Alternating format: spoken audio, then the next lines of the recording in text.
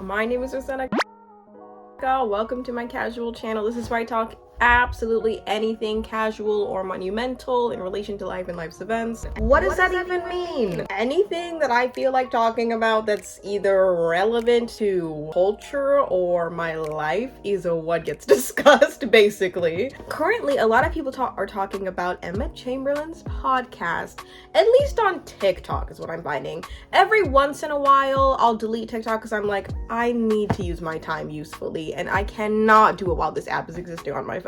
And then every once in a while, I'm like, well, I gotta feel something every once in a while too. YouTube humor versus TikTok humor, unmatched. I logged into TikTok a couple days ago and saw that everybody was talking, well, the content created for me specifically was talking about Emma Chamberlain's podcast and about how people find it boring and believe that she's out of touch. When I tell you, I was so excited about the fact that other people had felt the way that I'd felt, and I thought it was just like something specific to me, being like, well, I mean, like, Emma Chamberlain, she's like 2 years younger than me, maybe in like maybe we're just like different ages, maybe like also I'm just feeling this way because maybe I just can't like relate to her, like, I don't know.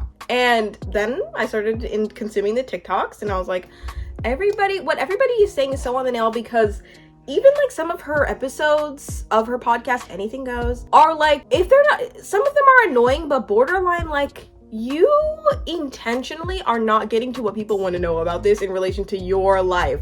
I'll get into it further. I first also need to recognize this video was 110% inspired also by another YouTuber named Jocelyn. She just posted this video called Why Everyone's Tired of Emma Chamberlain, I think. I'll link it down below. I just want to give her props because she is the reason why I feel comfortable like saying anything about this, because I know that some people also feel me.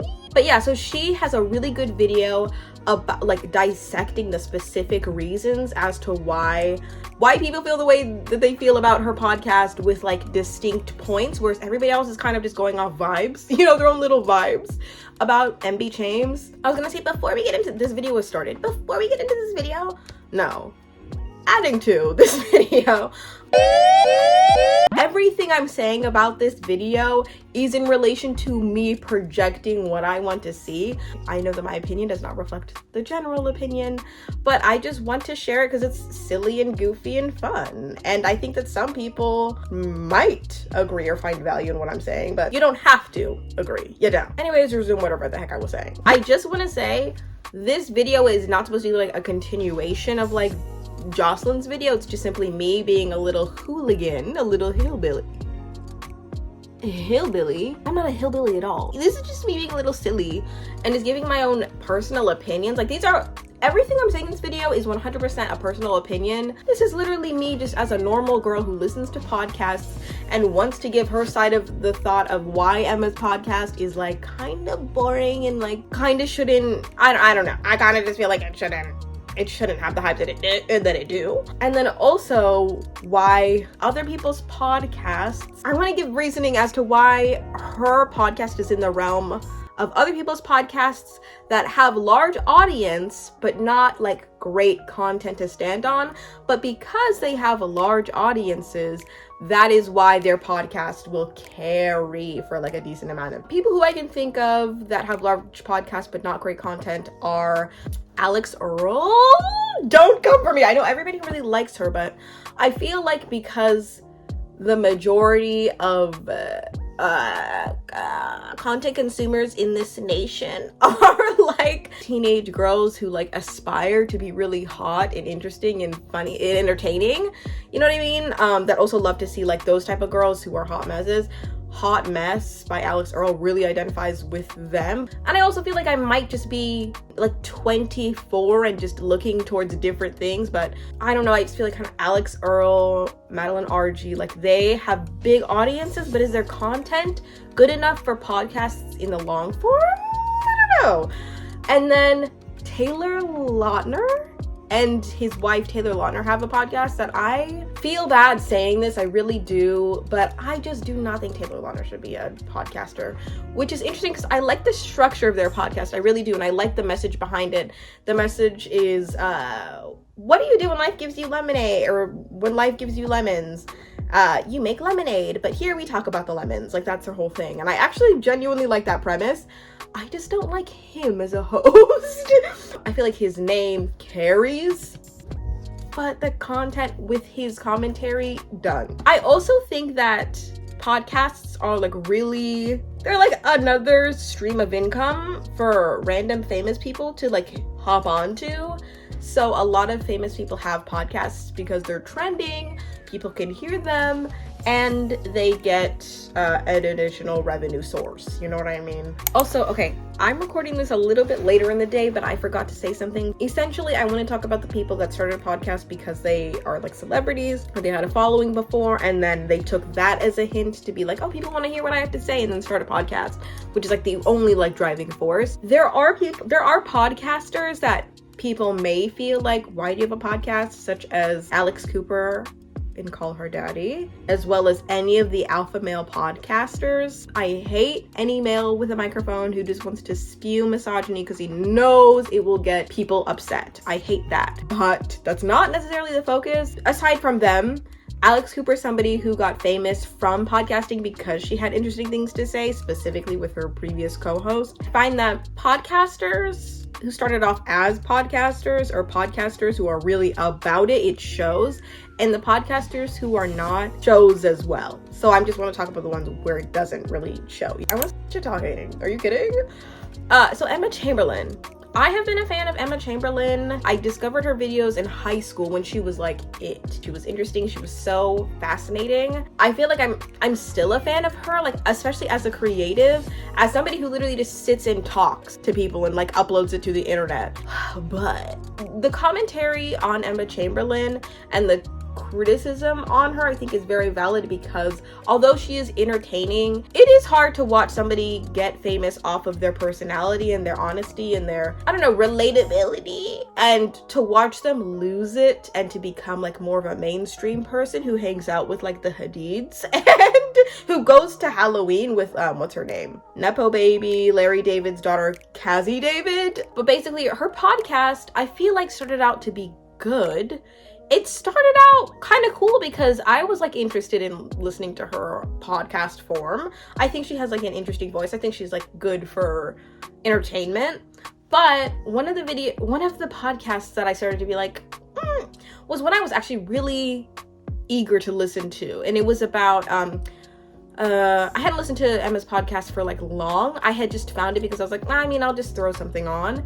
And one of the topics was about money. And I was like, Emma Chamberlain is talking about money? Let's get into it for real, because I'm curious as hell to find out what Miss Emma Chamberlain is going to talk about and share in relation to money as somebody who's probably like a multi-millionaire, and to like get her genuine thoughts on that journey, because I don't think we've ever gotten that before. The whole entire episode was kind of disappointing because it was just like, so let's talk about money.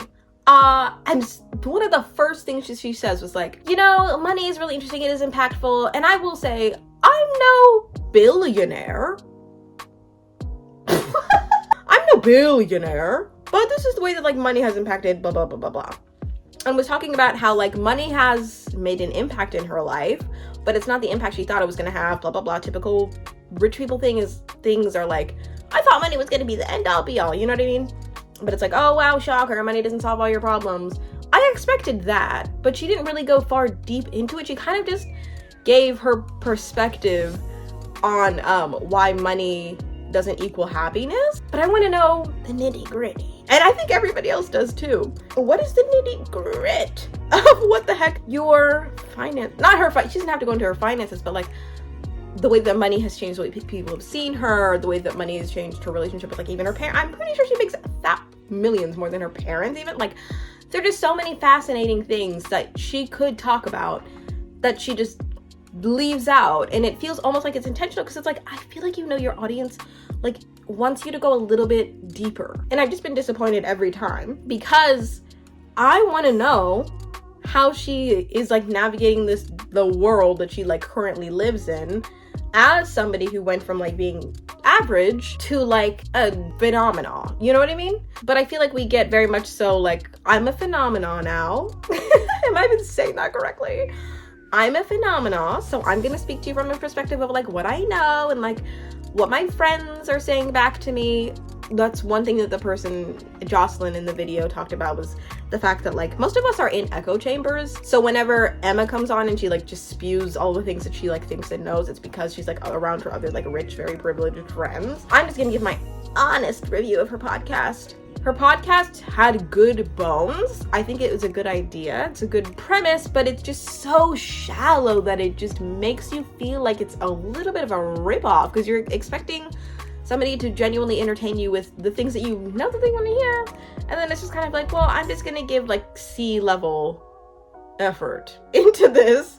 So my honest to goodness review is just that it just doesn't go deep enough, and it's not like, I don't think what her audience wants to hear. But that's another thing that's interesting is like, who is her audience now? Who is her audience now? Because I feel like it has to be younger teenagers. It has to be. Because one of the criticisms for Miss Emma Chamberlain is that she like needs to go to college and she needs to be more educated in order to speak on the things that she's like bringing up to us.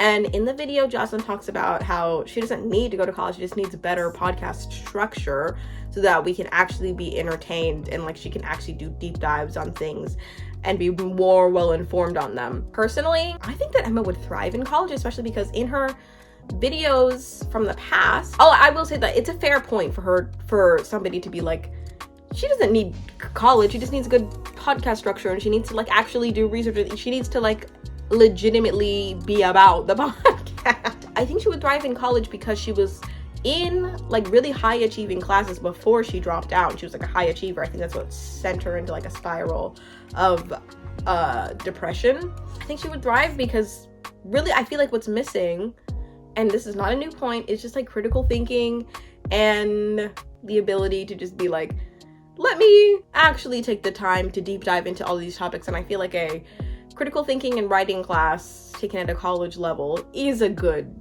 avenue into that, because I think that high school me versus college me, critical thinking, night and day. And especially because if you are in an echo chamber, if you have critical thinking and writing skills at the college level, also it probably will sound elitist for me to be like, at the college level, because it's like, you know, many people are much smarter than me have not gone to college. So many people, I don't want to sound elitist, but I could personally, I'm projecting. All of this is a projection. I feel like we all listen to Emma because we just like to hear her talk, and we like to hear her wit and her humor. And it doesn't have to be focused on things that are like generic topics that like anybody could just spew about. The reason that we fell in love with her podcast, her YouTube, was just to like hear her personality and to hear her jokes and her wit. Okay, I need to go on to more people who I feel like shouldn't have podcasts. I shouldn't put that on anybody, but I just feel like these are my opinion as to the people who like don't need to podcast. Taylor Lautner and his wife Taylor Lautner. It's not nice to just be like, I just feel like they shouldn't podcast because he's really boring. You think so much about like a teenage heartthrob and think so like project so many of your most idyllic thoughts onto such a prominent figure that you're like, there's no way they could be like a boring, monotoned, more of an average type personality. And then you find out they kind of are, and they just have had opportunity and access to things that has allowed them to look like a teenage heartthrob and like crazy cool. But they're really just, in my opinion, Taylor Lautner, the more famous one, is just, he's like boring to listen to. I don't know, man, like, but that's also not my taste. You know, like there are probably people, his fans, that like are his taste, you know, but I just can kind of like, get some life into you. But the reason the podcast I think does well is because the structure is good, like the idea is good, and they have on celebrities that people want to hear from. But it's like, your conversations remind me of every time I have to talk to somebody older, if it's like at work or if it's like a family friend and I just have to be there and they just have to and then you have to do that small talk thing where you just like throw out like funny little quips and be like, I thought it was gonna be 70 today, turns out it's 48. Like he has that type of a person, and it's so It's so boring, doesn't it? It's so boring. We all know that like anybody who wants to start a podcast can start a podcast and has started a podcast. Just because you can start a podcast does not mean that you have to. Just because you can start a podcast and you know people are gonna listen, you don't have to. You really can put that on the brakes. Think about maybe a book beforehand if you want to get some thoughts off your chest. I wanted to get those thoughts off my chest. They weren't very structured the way that I'm critiquing Emma's podcast. But since this is a casual channel, not like a podcast that I'm being paid millions of dollars to do, this just all came from the heart. Even if these thoughts aren't very succinct and organized and even that great, they are honest. Wherever you are, whoever you are, whatever you're doing, I hope you have a good morning, afternoon, or night.